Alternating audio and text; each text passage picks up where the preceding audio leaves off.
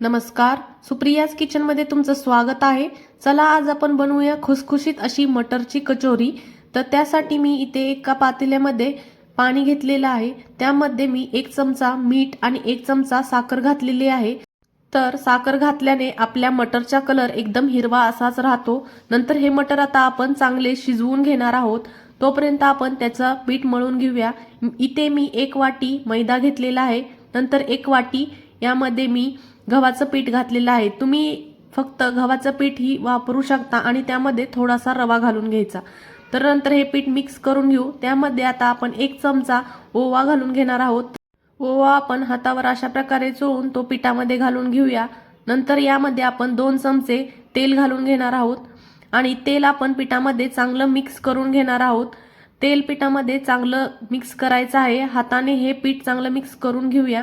नंतर त्यामध्ये अर्धा चमचा मीठ घालून घेणार आहोत आणि पीठ अशा प्रकारे मिक्स करून घ्यायचं आहे। नंतर त्यामध्ये थोडं थोडं पाणी घालून अशा प्रकारे आपण त्याला मळून घेणार आहोत। तर पीठ एकदम घट्ट मळायचं नाही, आपण पोळ्यांसाठी पीठ बनवतो तशा प्रकारेच पीठ मळून घ्यायचं आहे। नंतर एक मिक्सरचं जार घेऊ। त्यामध्ये 1 इंच आल्याचा तुकडा, 2 हिरव्या मिरच्या आणि कोथिंबीर घालून घेणार आहोत। नंतर त्यामध्ये थोडासा लसूण घालून घेऊया आणि आता त्यामध्ये आपण जिरे घालून घेणार आहोत। आता आपण त्यामध्ये थोडीशी काळी मिरी घालून घेऊ। नंतर 1 चमचा सोप घालून घेणार आहोत। नंतर थोडेसे धने घालून घेणार आहोत। ते सगळं आता आपण बारीक करून घेऊया। नंतर आता आपले इथे मटर चांगले शिजले गेले आहेत। बघा मटर एकदम मऊ असे शिजले आहेत। तर एक आता जाळी घेऊया, त्यावर आपण हे मटर काढून घेणार आहोत, जेणेकरून मटरमधलं सगळं पाणी निघून जायला पाहिजे।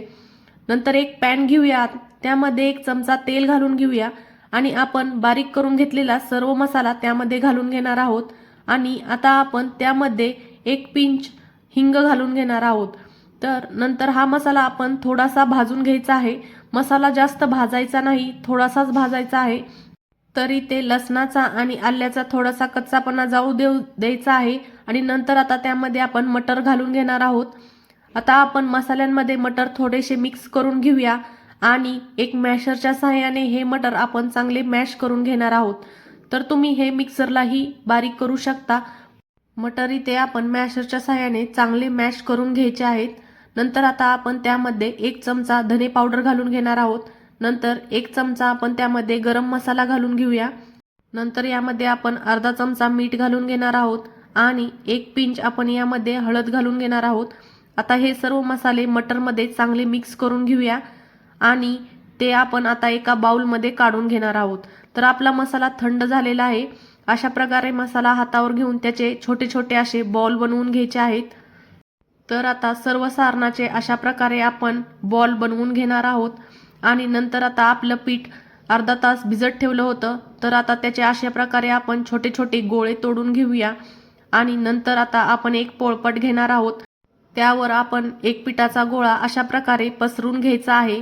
नंतर आता त्यामध्ये आपण सारणाचा एक बॉल घालून घ्यायचा आहे आणि ते आपण अशा प्रकारे सर्व बाजूने एक जुळवून घ्यायचे आहेत आणि आता आपण कचोरीला थोडे थोडे सर्व बाजूने अशा प्रकारे आपण तिला थोडं थोडं दाबून घ्यायचं आहे, पसरून घ्यायची आहे थोडी थोडी कचोरी।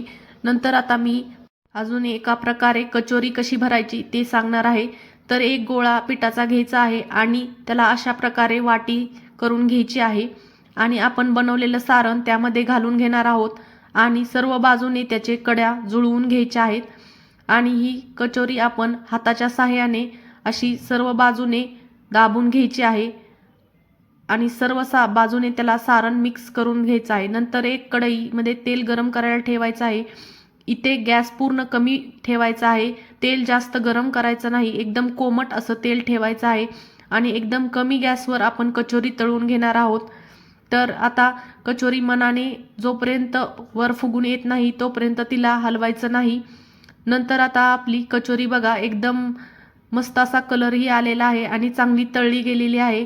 तर आता तिला आपण काढून घेऊया। तर अशा प्रकारे मटरची कचोरी तयार झालेली आहे।